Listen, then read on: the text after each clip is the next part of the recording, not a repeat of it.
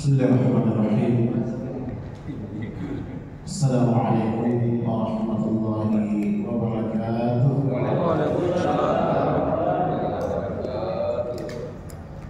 Alhamdulillah. Alhamdulillahil karimil a'la alladzi a'ta kulla syai'in khalqahu thumma hada.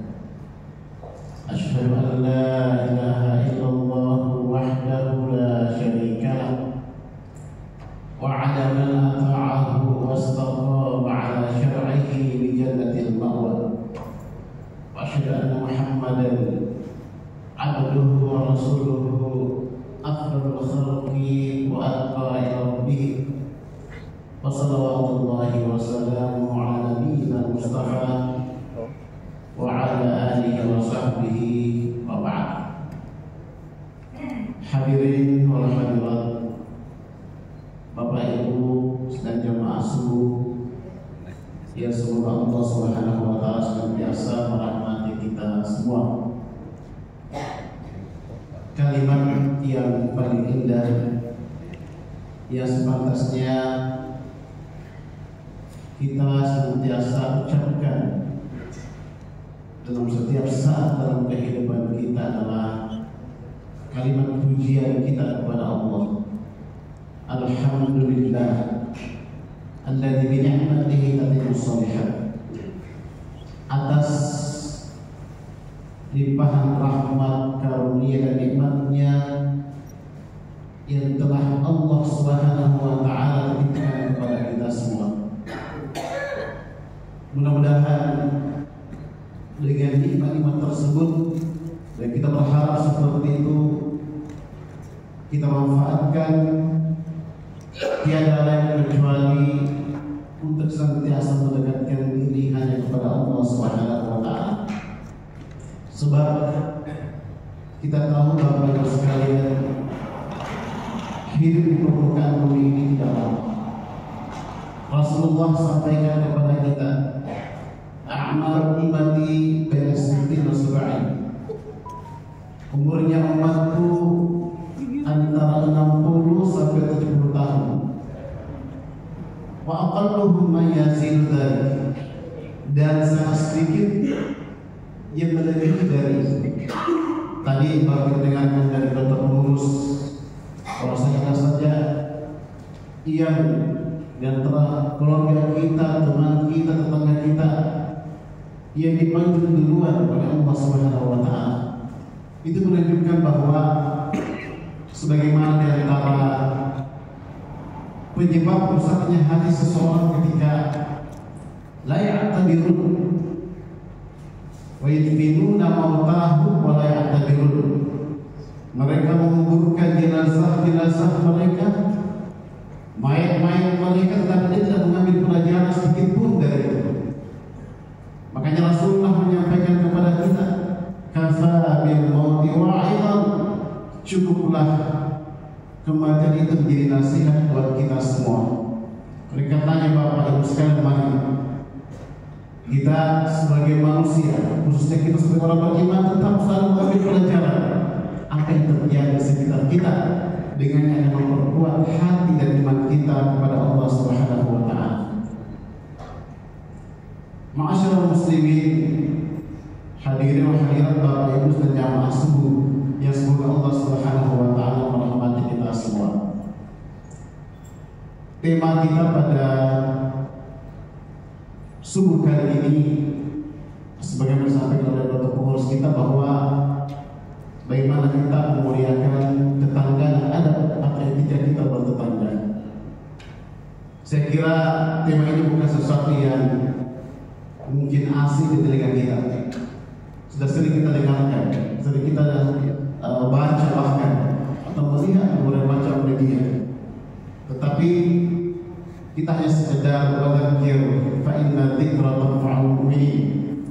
Kita sering ingin mengingatkan, dan itu adalah merupakan atasannya manfaat bagi orang beriman. Bapak Ibu dan yang masuk yang berbahagia, kita ini adalah makhluk sosial. Kita tidak bisa hidup sendirian. Makanya dalam Al-Quran jelas wa'tasimu bihablillahi jami'an wa la tafarraqu. Ada istilah hablum minallah wa hablum minan nas. Alhamdulillah kita bersyukur kepada Allah jemaah masjid Al-Muttaqin luar biasa. Hablum minallahnya kedekatan dirinya kepada Allah. Setiap azan dikumandangkan di masjid kita bergegas menuju ke rumah Allah. Tetapi hal yang paling perlu juga kita harus perhatikan bagaimana kita memperhatikan bagaimana hubungan kita kepada manusia, terutama tetangga kita. Makanya sebagai ayat-ayat spiritual yang terkait dengan hubungan tetangga ini nanti kita baca Bapak Ibu sekalian kalau yang punya mushaf Al-Quran. Kita buka di surah An-Nisa ayat 36. Allah Subhanahu wa taala berfirman, "Wa'budullaha wa la tusyriku bihi syai'an wa bil walidayni ihsana wa bidzil qurba wal yatama wal masakin wal jari dzil qurba wal jari junub was-sahib bil jambi wa bis sabil wa ma malakat aymanukum innallaha la yuhibbu man kana mukhtalan fakhura." Dalam ayat ini ada kalimat terkait dengan tetangga. Tapi mengapa kita terjemahkan sedikit? Wa'budullaha wa la tusyriku bihi syai'an. Allah Subhanahu wa taala perintahkan kita untuk menyembah Allah. Sebab memang tujuan Allah Subhanahu wa taala ciptakan jin dan manusia adalah untuk menyembah dan beribadah hanya untuk Allah Subhanahu wa taala. Wa ma khalaqul jinna wal insa illa liya'budun. Allah menciptakan jin dan manusia kecuali untuk beribadah hanya kepada Allah Subhanahu wa taala. Wa la tusyriku bihi syai'an. Dan jangan mensyirikkan sedikit pun dengan Allah Subhanahu wa taala dan makhluk-makhluk yang lainnya. Artinya menyekutukan Allah. Kalau tadi perintah wajib untuk kita lakukan beribadah kepada Allah, dan yang kedua adalah larangan kita untuk menyekutukan Allah, menjadikan tandingan-tandingan selain Allah Subhanahu wa taala di luar sana. Kemudian Allah Subhanahu wa taala melanjutkan ayat yang mengatakan wa bil walidayni ihsana, dan kita senantiasa untuk berbuat baik kepada kedua orang tua kita. Dan pengalaman kita seandainya ada manusia yang harus kita sembah selain daripada Allah maka orang tua kita. Kalau orang tua kita sudah tidak ada, bagaimana kita berbakti kepadanya? Mari kita memperlakukan saudara teman-teman sedekatnya orang tua kita kalau dia tidak ada. Kalau masih hidup, betul-betul kita berikan terbaik loyalitas kita kepada orang tua kita. Kemudian wabil qurba, dan karib kerabat kita. Mari kita perbaiki hubungan kita dengan karib kerabat kita. Wal yatama, anak yatim. Wal masakin, orang-orang miskin. Kemudian wal jari dzil qurba, dan tetangga-tetangga yang dekat. Wal jari junub, dan tetangga-tetangga yang jauh. Was-sahib bil jambi. Oleh dua tadi kita jelaskan. Tetangga dekat, tetangga jauh. Was-sahib bil jambi, dan termasuk teman-teman sejawat kita. Wa bil sabil, orang yang melakukan ibnu sabil perjalanan jalan Allah Subhanahu wa taala. Wa ma malakat aymanukum, dan hamba sahayamu yang telah engkau miliki. Innallaha la yuhibbu man kana mukhtalan fakhura. Allah Subhanahu wa taala menutup ayat yang mengatakan sesungguhnya Allah Subhanahu wa taala tidak menyukai orang yang sombong dan membanggakan diri dalam kehidupannya. Bapak Ibu sekalian jamaah subuh dan pemirsa untuk Taklim TV dimanapun Anda berada, tema kita, kalau kita menjelaskan ayat ini banyak sebenarnya, tapi saya mengambil tema wal jari dzil qurba wal jari junub, tetangga yang dekat dan tetangga yang jauh. Para mufassirin ahli tafsir menerjemahkan tetangga yang jauh, tetangga yang dekat Sebagian dari mereka mengatakan adalah tetangga yang jalan dekat itu adalah tetangga yang dekat rumahnya dengan kita. Ada hubungan karib kerabat kita. Dan juga adalah tetangga yang dekat adalah tetangga sesama kita, seakidah dan seiman kita, sesama muslim. Baik Bapak Ibu sekalian, yang dimuliakan Allah Subhanahu wa taala. Apa definisi tetangga? Siapa yang dimaksudkan dengan tetangga itu? Ya, kalau tema kita menggunakan tetangga dan etika bertetangga. Tapi saya akan mungkin sebelum saya masuk kepada hak dan kewajiban kita kepada tetangga, kita tahu siapa tetangga. Makanya secara umum makna umum tetangga itu adalah orang yang mendampingi kita secara syariat.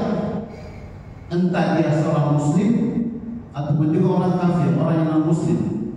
Kemudian termasuk orang yang baik ataupun yang tidak baik, orang yang memiliki akhlak yang baik atau akhlak yang buruk, termasuk orang yang menguntungkan kepada kita ataupun juga orang yang membahayakan kepada kita. Itu tetangga kita semua.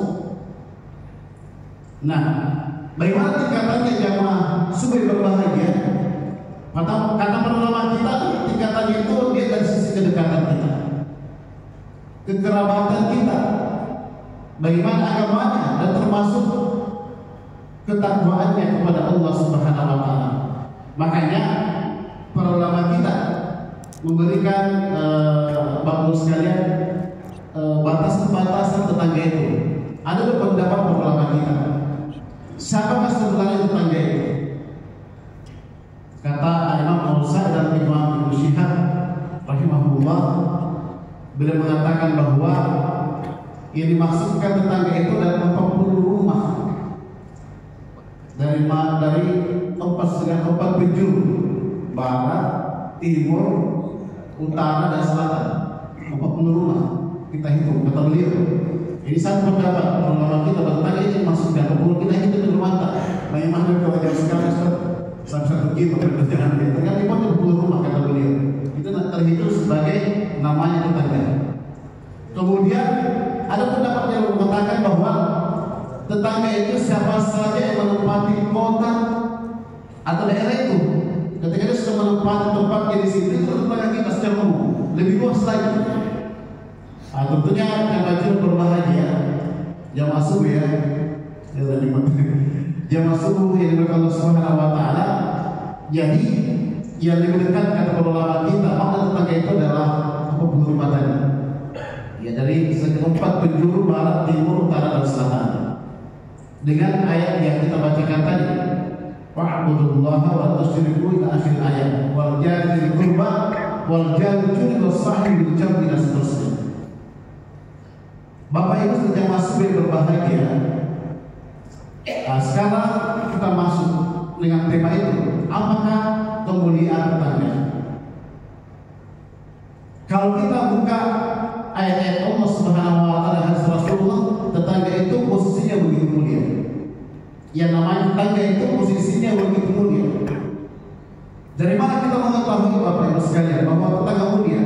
Kalau kita baca ayat surah An-Nisa tadi, ayat 36, Allah Subhanahu wa taala menggandengkan wa bidzil qurba wa bil walidaini ihsana wa bidzil qurba dan seterusnya. Dan artinya itu. Bagaimana kita berbuat baik kepada kedua orang tua, kepada anak yatim, kemudian juga kepada orang miskin dan termasuk kepada tetangga. Artinya posisinya harus kita posisikan juga tetangga itu sama dengan bagaimana kita berbakti kepada orang tua. Bagaimana kita memperlakukan anak yatim dan orang miskin oleh sisi posisi. Ini. Kemudian yang kedua, yang masuk yang berbahagia adalah kalau kita buka hadis Rasul dalam bahasa Aisyah, beliau Imam Bukhari dan Muslim, Rasulullah pernah mengatakan, "Mazala Jibril yusini bil jar." Mazala Jibril yusini bil jar. Senantiasa Jibril berpesan kepada saya, kata Rasulullah. Jibril berpesan kepada Rasulullah bil jar, artinya memperhatikan hak-hak tetangga itu. Hatta dhantu anna sayyidu, sampai kami mengira bahwa tetangga itu tidak berhak masuk lagi hitungan ahli waris. Saking pentingnya. Jadi maksud daripada hadis ini, jamaah sufi berbahagia adalah bahwa Rasulullah telah mendapatkan pesan langsung seakan-akan dari Allah Subhanahu wa taala bahwa tentunya tetangga itu memiliki hak yang sangat besar di hadapan Allah Subhanahu wa taala bagi sesama kaum muslimin. Seakan-akan dia juga akan mendapatkan ahli waris antara tetangga yang satu dengan tetangga yang lain. Sangat pentingnya posisi kemuliaan dari orang yang hidup waktu bertetangga. Bahkan Rasulullah mengatakan maka yu'minu billahi wal yawmil akhir falyaqul khairan aw yasmut. Bahwa sesungguhnya siapa yang beriman kepada Allah dan hari akhir berkata yang baik atau diam. Wa man kana yu'minu billahi wal yawmil akhir falyakul khairan. Siapa yang beriman kepada Allah dan hari akhir hendaknya memuliakan tamunya. Wa man kana yu'minu billahi wal yawmil akhir falyakul jarahu intinya. Siapa yang mengaku bahwa dia telah beriman kepada Allah, beriman kepada hari akhirat, bukti iman kita kepada Allah Subhanahu wa taala adalah falyakul jarahu, hendaklah dia memuliakan tetangganya. Bukti keimanan kita kepada Allah, bukti keimanan kita kepada hari akhirat adalah tatkala seorang hamba, seorang muslim senantiasa memperlakukan dengan perlakuan yang baik kepada tetangganya. Maka ini sangat penting Bapak Ibu sekalian, mari kita perlakukan tetangga kita.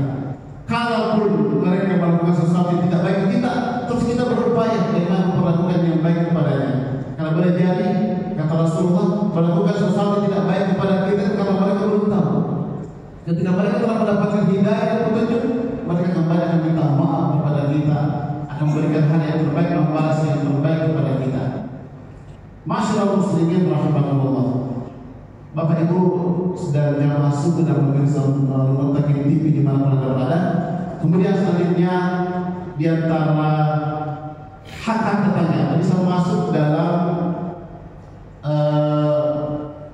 etika bagaimana kita hidup bertetangga. Pertama adalah, ini penting Bapak Ibu sekalian, kita hidup bertetangga tidak saling menyakiti. Ini yang pertama. Bahkan haram menyakiti tetangga. Makanya Rasulullah SAW mengatakan hadis riwayat Imam Ahmad dari sahabat yang mulia Abu Hurairah. Rasulullah bersabda, "Wallahi la yu'min." Wallahi la yu'min. Rasulullah SAW bersumpah, demi Allah tidak beriman. Demi Allah tidak beriman. Demi Allah tidak beriman. Siapakah itu? Para sahabat bertanya, Rasulullah, siapa gerangan yang maksudnya itu orang yang tidak beriman? Rasulullah mengatakan, orang yang tidak aman dari gangguan tetangganya. Orang yang tidak aman dari gangguan tetangganya. Bahkan dalam riwayat lain tidak akan masuk surga orang yang tidak aman dari gangguan tetangganya. Maka pertama jangan menyakiti. Kita lihat kondisi tetangga kita. Lihat kondisi orang-orang di sekitar kita. Jangan sampai di rumah itu ada anak yang sakit, ada istri kita yang sakit, orang kita yang sakit, kita masih sibuk membunyikan apa itu bunyi-bunyian sampai tengah malam. Itu termasuk gangguan itu. Bahkan kadang mengganggu suara, teriak atau membunyikan sebuah lagu-lagu dan seterusnya. Padahal sudah tengah malam. Maka mari kita perhatikan, ada tetangga itu. Jangan sampai dia merasa tersakiti, dia terganggu. Nah itu menyebabkan ada kelas antara satu yang lainnya. Bagaimana solusinya? Kalau seperti ini Bapak Ibu sekalian, dan biasa dalam hati kita agak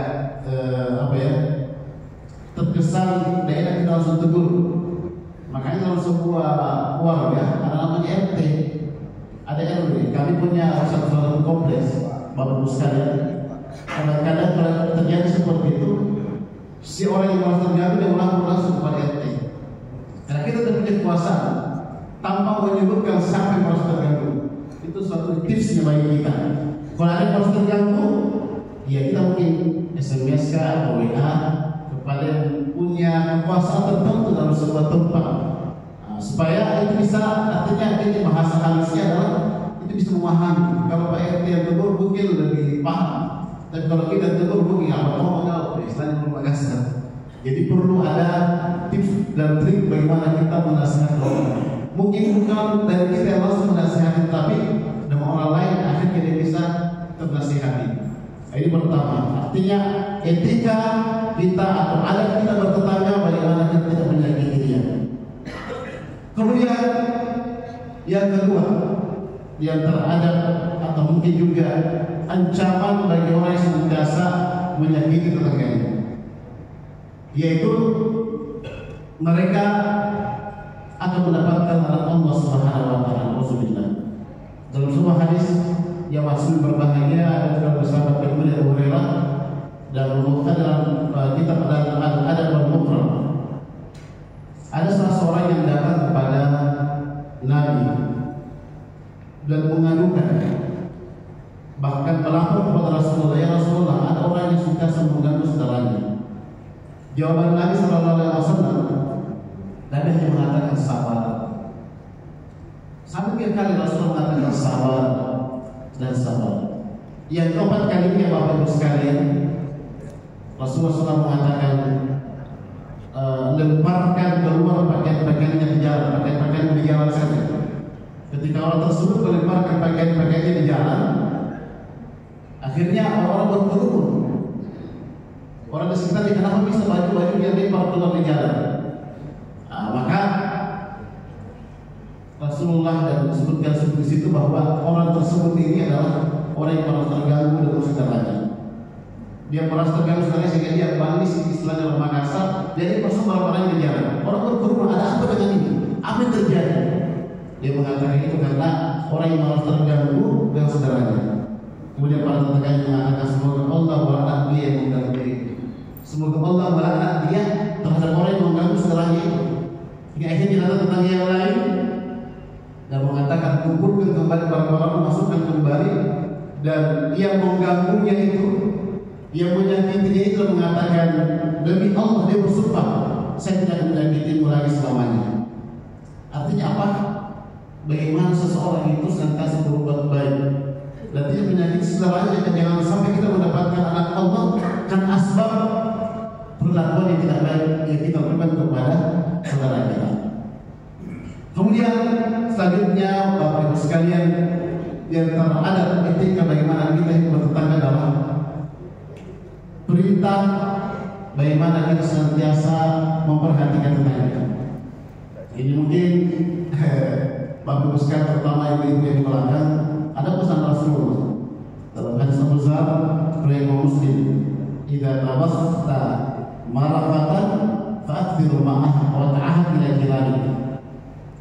Kalau kita masak-masak yang berkuah yang berbahagia, maka perbanyak kuahnya. Masak daging, maka perbanyaklah kuahnya. Apalagi berbau lagi dengan tumis-tumisan yang seterusnya berbau, maka perbanyak airnya supaya kita bisa memberi hadiah kepada tetangga. Saking pentingnya bagaimana kita memperhatikan tetangga itu.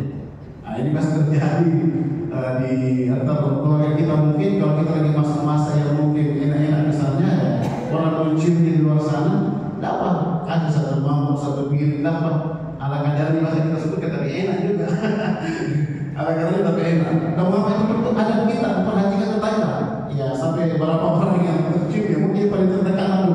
Kalau tercium hanya bisa 5 porsi untuk tetangga, ya mungkin sampai paling terdekat dengan pintu kita. Makanya ada pesan Rasulullah kepada kita, jangan pernah, maka khususnya kepada muslimah, yang muslimah la tahqiran, jangan pernah meremehkan sesuatu hadiah kepada orang lain walaupun sebesar sedikit untuk kambing.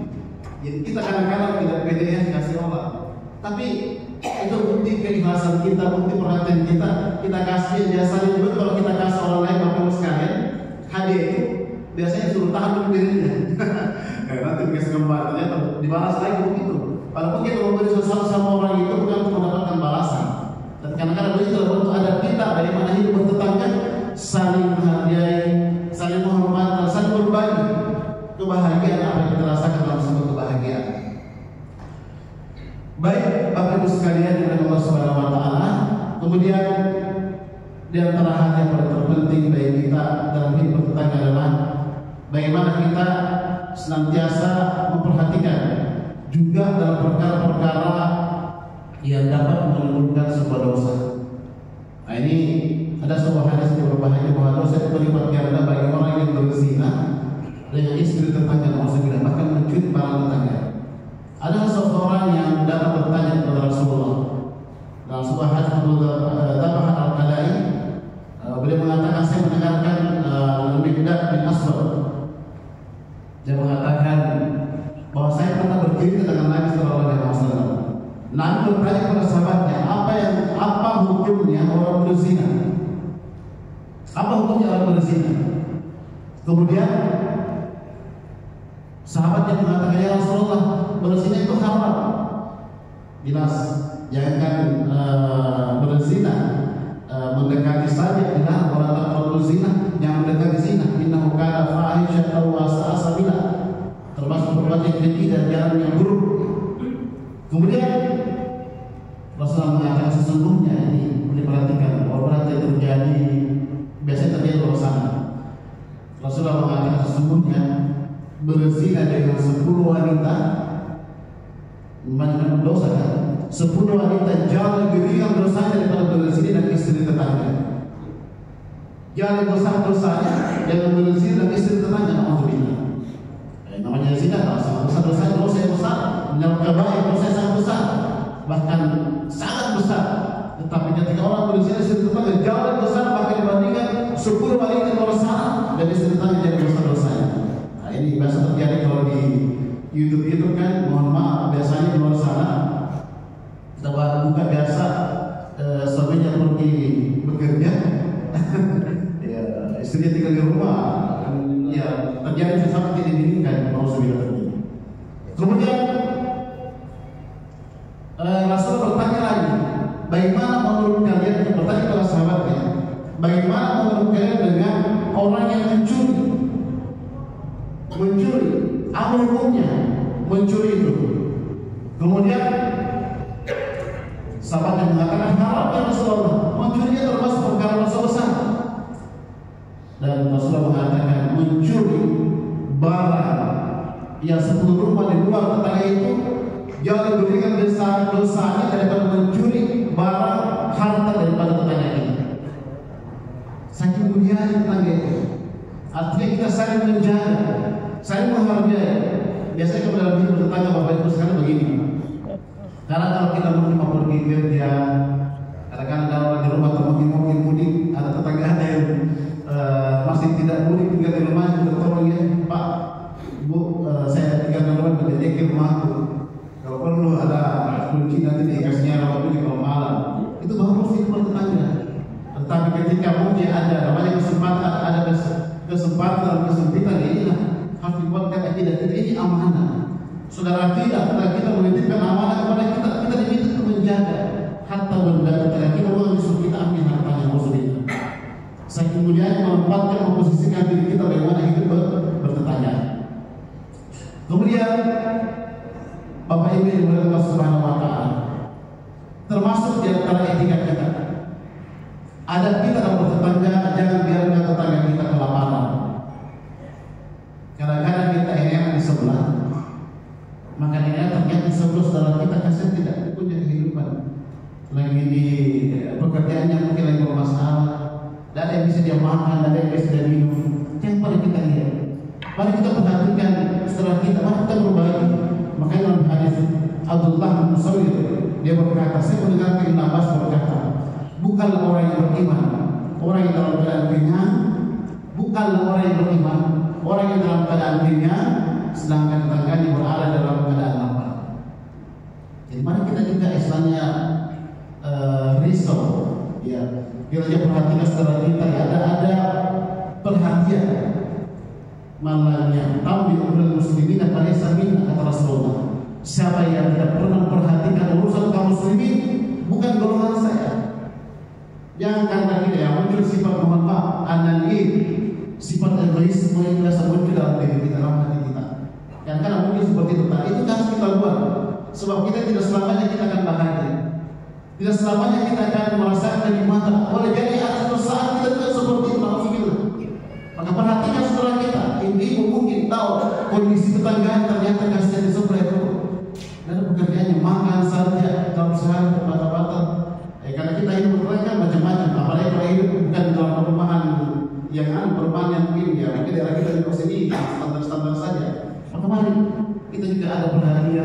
istirahat.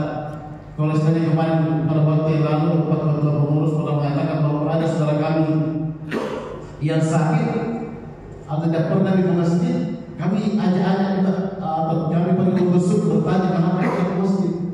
Jangan sampai situ Pak Haji. Kalau perlu juga bagaimana kondisinya dalam sisi materi misalnya kasihan. Kadang-kadang kita ini sekarang kalau pergi ke dokter, web ada BPJS dan kalau darurat, kadang-kadang pakai umum. Kadang-kadang kita ada BPJS tapi untuk proses kalau di puskesmas apa semua, kita semua ternyata biayanya sangat besar.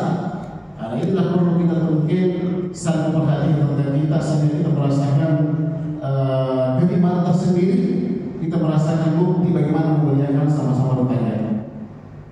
Masyarakat muslimin rahimahullah, Bapak Ibu dan yang masuk dan menjadi seluruh target dimanapun kita berada. Selanjutnya di antara hal yang paling terpenting harus kita perhatikan adalah mari kita senantiasa perhatikan bagaimana hubungan kita kepada tetangga. Jadi makin dekat jarak rumah tetangga itu makin besar haknya. Jadi makin dekat jarak rumah tetangga, kadang-kadang kita kan tidak semakin sedikit ya kita lewati rumahnya. Nah, maksudnya semakin dekat, bahkan dalam Rasulullah ketika Aisyah mengatakan, ya Rasulullah, aku punya tetangga, yang mana adalah hubungan? Saya punya tetangga satu dua, ada yang sebelah sana, ada sebelah sana lagi. Yang mana adalah hubungan berbuat baik sama tetangga? Maka Rasulullah mengatakan, yang lebih dekat pintunya dengan rumahmu. Gimana lebih dekat itu kita yang paling berhak. Jadi lebih dekat, semakin dekat rumahnya dengan kita, pintunya itu berhak daripada yang lainnya. Ini kalau sisi unsur bagaimana kita bertetangga, kita bagaimana lebih dekat dengan rumah itu kita perbaiki. Dan karena memang seperti itu dalam kehidupan. Kadang-kadang ya kita lebih dekat ada sesuatu misalnya dari daerah, dari kampung, baru datang ke rumah, ada yang kita bawa misalnya, itu lebih dekat. Jadi rasa kasih yang paling terdekat biasanya. Kalau masih banyak yang kita lihat lagi rumah-rumah sebelahnya. Seperti itulah ajaran dalam syariat kita kata Rasulullah, yang paling dekat rumah kita ada yang harus kita berbuat baik kepadanya, apalagi berbagi hadiah kepadanya. Kemudian Bapak Ibu dan jemaah sudah berbahagia, dan antara hal yang perlu kita perhatikan ternyata memuliakan tetangga Bapak Ibu sekalian adalah penyebab masuknya seseorang ke dalam surga. Sebaliknya, orang yang tidak memuliakan tetangganya penyebab dia masuknya ke dalam neraka. Dalam sebuah hadis Abu Hurairah, bahwasanya ada seseorang yang datang bertanya kepada Rasulullah, ada seorang perempuan si fulana, bagus salatnya, masya Allah, bagus sedekahnya, bagus puasanya, setiap Kamis puasa terus, salat tahajud, salat malam, salatnya luar biasa, khusyuk, tetapi masih ada dalam hatinya yang menyakiti tetangganya. Laki-laki tersebut mengatakan apa yang dia dapatkan dari orang tersebut. Maka Rasulullah mengatakan dia tidak mendapatkan sedikit pun dari apa yang dia lakukan kecuali neraka. Jadi itu kita katakan tadi, bagus hablum minallah, tetapi perbaiki hablum minannas. Perbaiki hubungan kita kepada manusia, perbaiki hubungan kita kepada orang lain. Sebaliknya, Bapak sekalian, dalam hadis tentang hadis ini, ada orang yang kata laki-laki tadi bertanya kepada Rasulullah, ada seorang bulana yang mungkin sholatnya yang tidak maksimal ya, misalnya ya, kadang-kadang kalau lagi sholat tiba-tiba menangis anaknya bayinya, kan kadang batalkan atau khawatir dia jatuh anaknya misalnya, atau lagi memasak dia sholat ternyata dia yang saya puasa tadi, tidak maksimal lah sholatnya, tidak khusyuk seperti laki-laki. Kemudian dia juga bersedekah, tapi sedekahnya itu hanya sedikit saja, biasa-biasa sedekahnya secara kadar dia sedekahkan. Tetapi kata laki-laki tersebut, orang ini si fulana, perempuan ini tidak pernah menyakiti sedikit pun tetangganya. Apa yang didapatkan dari Rasulullah? Maka jawaban Nabi, yang mendapatkan surga Allah Subhanahu wa taala. Saking mulianya orang yang betul-betul menjaga hatinya, menjaga lisannya, tidak ingin menyakiti tetangganya. Tetapi ada orang yang juga, masya Allah, kalau kita juga bagus ibadah, kita harus seperti itu. Bagus ibadahnya, bagus sholatnya, bagus puasanya, bagus masalah yang lainnya. Termasuk juga dia tidak pernah menyakiti tetangganya. Jauh lebih luar biasa, jauh lebih baik seperti itu. Tapi yang namanya kesempurnaan hanya dari Allah Subhanahu wa taala. Bapak Ibu yang dimuliakan Allah Subhanahu wa taala, kemudian yang mungkin terakhir ya mungkin setelah kita mungkin sharing dan tanya jawab. Inti dari semuanya ini Bapak Ibu sekalian adalah bagaimana kita ada ketiga yang perlu kita perhatikan. Sebagai kesimpulan dari apa yang kita lakukan pada hari ini, bahwasanya 4 hal yang perlu kita pahami baik bagaimana hidup bertetangga. Satu adalah tidak menyakiti. Ini paling terpenting. Jangan lisan ini yang kata Rasulullah, dan termasuk apa di bawah pusat itu bisa menyelamatkan kita. Lisan ini bisa bermanfaat untuk kemaslahatan kalau kita manfaatkan ini untuk kebaikan. Dan kalau lisan ini tidak bertulang dan kalau menyakiti orang lain, kata pepatah orang mengatakan pedang melukai tubuh masih ada banyak, tapi kalau lisan melukai hati, kemana lagi kita mencari minta maaf. Jadi jaga lisan kita, tidak menyakiti orang lain. Kemudian yang kedua adalah mari kita melindungi. Ketika ada sesuatu Bapak Ibu sekalian, ada sesuatu yang mungkin dirasakan sama saudara kita, ada hal yang mungkin mereka mudah perbedaan antara kita, ada yang fitnah misalnya, ada yang kata-kata malah semestinya seperti itu. Kesempatan kita yang ini bertetangga saling melindungi. Bahwa ternyata orang tersebut tidak seperti itu, tidak seperti apa yang dikatakan orang, tidak seperti apa yang dipersangkakan orang. Kalau memang betul, kadang-kadang orang yang menjadi masalah biasa, ternyata tidak seperti itu, saya dijerumuskan ke tempat yang tidak baik. Ternyata tidak seperti itu. Maka kesempatan saling melindungi antara satu itu namanya hidup bertetangga. Ada apa-apanya kita, insya Allah, makanya juga manfaat, efek positif, dampak positif kalau kita bertetangga dengan cara yang baik itu. Kalau ada apa-apa nanti pasti paling pertama membela kita adalah tetangga. Tapi kalau misalnya juga ya dampak negatifnya kalau kita selalu menyakiti ada apa-apa ya kesalahan pas ini tentu menurut saya kalau kita selama ini rasa hidup seperti itu. Kemudian termasuk berbuat baik kepadanya. Yang ketiga, di antara bagaimana kita beradab, maka mari kita berbuat baik terus kepadanya. Kadang-kadang ada orang yang mungkin sedang ingin melakukan tidak baik ke kita, tapi jangan dibalas api dengan api, jangan. Kalau ada yang mungkin orang tidak baik kepada kita atau mensidis-sidis kita, biarkan, doakan saja. Makanya Rasulullah juga kan di zamannya orang dalam kafir Quraisy mereka dikata-katai majnun, gila dan seterusnya. Apa kata Rasulullah? Apakah Rasulullah harus membalas seperti itu? Dan mengatakan boleh jadi dia lakukan semua itu karena mereka tidak paham.